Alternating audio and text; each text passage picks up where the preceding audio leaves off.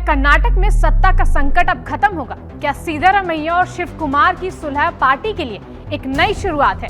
नमस्कार, मैं मानसी सिंह ठाकुर और आप देख रहे हैं कर्ण। राजनीति के मैदान में हमेशा कुछ ना कुछ नया चलता रहता है और कर्नाटक में कांग्रेस पार्टी के भीतर चल रही गहमागहमी भी इसका सबसे ताजा उदाहरण है।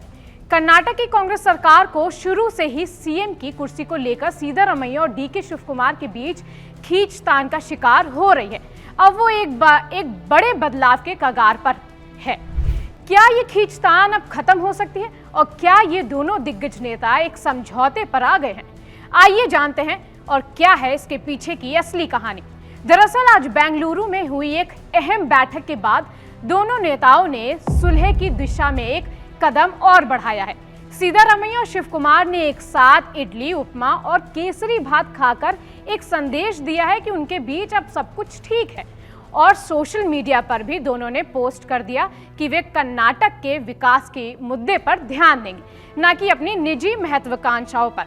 लेकिन क्या आपको यकीन होगा कि साधारण ब्रेकफास्ट मीटिंग में राजनीति का एक बड़ा मोड़ तय हो गया है? जी हाँ, सूत्रों के अनुसार दोनों नेताओं ने एक कॉम्प्रोमाइज फॉर्मूले पर सहमति जताई है, जिससे कर्नाटक में सत्ता का संकट थमने की उम्मीद जताई जा रही है। और इसका मतलब क्या है? सिद्धारमैया फिलहाल सीएम बने रहेंगे, लेकिन जल्द ही पावर ट्रांसफर शिव कुमार के पास चला जाएगा। अब कॉम्प्रोमाइज फॉर्मूले का राज आखिरकार है क्या? तो चलिए आपको बताते हैं। इस नई डील के मुताबिक सिद्धारमैया अपने टर्म के अंतिम हिस्से तक सीएम बने रहेंगे, लेकिन कुछ महीनों में यानी मार्च-अप्रैल 2026 तक शिव कुमार को मुख्यमंत्री की कुर्सी मिल जाएगी। ये डील कांग्रेस हाईकमान की मर्जी से हुई और पार्टी के अंदर के नेताओं का मानना है कि अगर इस लड़ाई को सुलझाया नहीं जाता तो कर्नाटक में कांग्रेस सरकार के अस्तित्व पर संकट आ सकता था। अब आपको लग सकता है कि ये तो बस सिर्फ एक बात है, लेकिन राजनीति में हर शब्द का मतलब होता है और खासकर जब बात शिव कुमार जैसे नेता की हो, जो वोकालिगा समुदाय के प्रमुख नेता माने जाते हैं। वहीं सिद्धारमैया दलित समुदाय के चेहरे हैं। ऐसे में अगर शिव कुमार को अचानक हटा दिया जाता है तो कांग्रेस के लिए राजनीतिक नुकसान हो सकता था।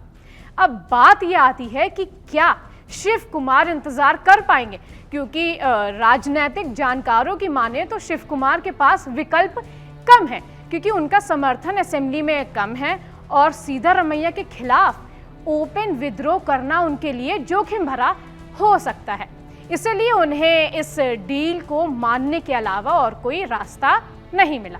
लेकिन क्या शिव कुमार सचमुच इस सौदे पर 100% भरोसा कर पाएंगे और क्या सिद्धारमैया इस डील को निभाएंगे? तो यही सबसे बड़ा सवाल है। सिद्धारमैया की राजनीतिक चालबाजी हमेशा से ही चर्चे में रही है और क्या उन्हें विश्वास होगा कि सिद्धारमैया उन पर विश्वास रखेंगे और क्या वोकालिगा समुदाय और दलित समुदाय की सुलह कर्नाटक में कांग्रेस की ताकत को मजबूत करेगी या सिर्फ एक राजनीतिक का दांव होगा? क्या आगे अब तो ये भी देखने वाला है कि कर्नाटक के नेताओं ने भले ही एक पावर ब्रेकफास्ट करके सुलह की दिशा में कदम बढ़ा लिया हो, लेकिन राजनीति का खेल कभी इतना आसान नहीं होता। क्या सिद्धारमैया और शिव कुमार के बीच ये समझौता कर्नाटक कांग्रेस के लिए एक नई शुरुआत साबित होगा या फिर अगले कुछ महीनों में नया विवाद खड़ा हो जाएगा?